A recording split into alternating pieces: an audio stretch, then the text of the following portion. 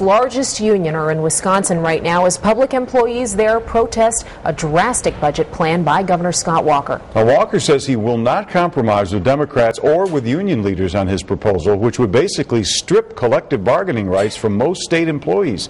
Kelly Quinn's here with us this morning because, Kelly, this isn't just a Wisconsin story, is it? No, the fear here is that it may be starting in Wisconsin, but it could spread to other states. Other states could get this in their head and decide to do this. At this point, this is a worst-case scenario. A spokesperson with the CSEA says although it is first popping up in that state, many others are talking about measures that would affect relationships with their labor unions.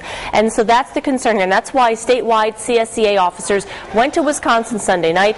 In fact, the Executive Vice President, Mary Sullivan, spoke to protesters yesterday, telling them that they have the support of workers in New York. Spokesperson Mark Hotzen tells us that this is an attack on labor unions. He says it's a coordinated effort by people supported by big business to go after the unions. At this point, our governor seems to understand the concept of collective bargaining and has not approached the unions with these type of dramatic moves to change the bargaining relationship. However, there are those in New York State who are calling for drastic changes to the labor laws, trying to get rid of what they call the Triborough Amendment to the Taylor Law, which does have a strong impact on collective bargaining.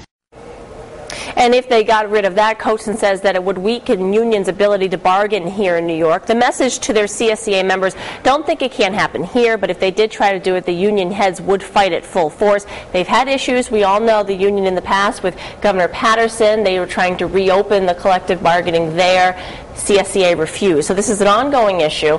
They think Governor Cuomo's on board and that he is preserving the unions at this point, but money's money, and we don't have any of it, so we'll have to see what happens. One thing to tinker with collective bargaining, reopen a contract, go to a way. It's another thing to get rid of it altogether, like they're trying to do in Wisconsin.